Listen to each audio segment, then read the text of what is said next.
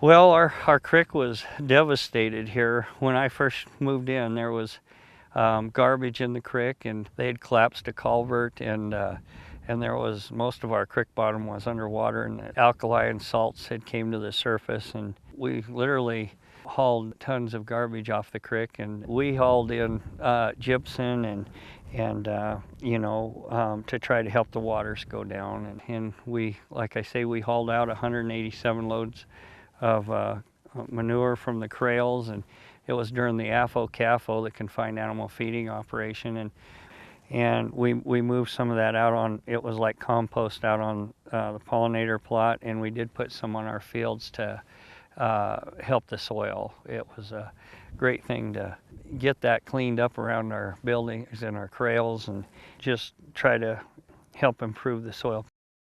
We put in a riparian area on the creek to clean that up to prevent the cattle from getting into the creek. We used to lose some calves in the creek every year, and we just don't see that anymore. Our death losses went way down. We're calving a little later in the spring. We don't hit the storms, and that's really benefited the whole operation. We put in a solar panel that actually gives livestock an opportunity to have another place to get water and get them up away from certain areas. Put in a windbreak, and our water line project has really allowed our cattle not to impact just one area of the land.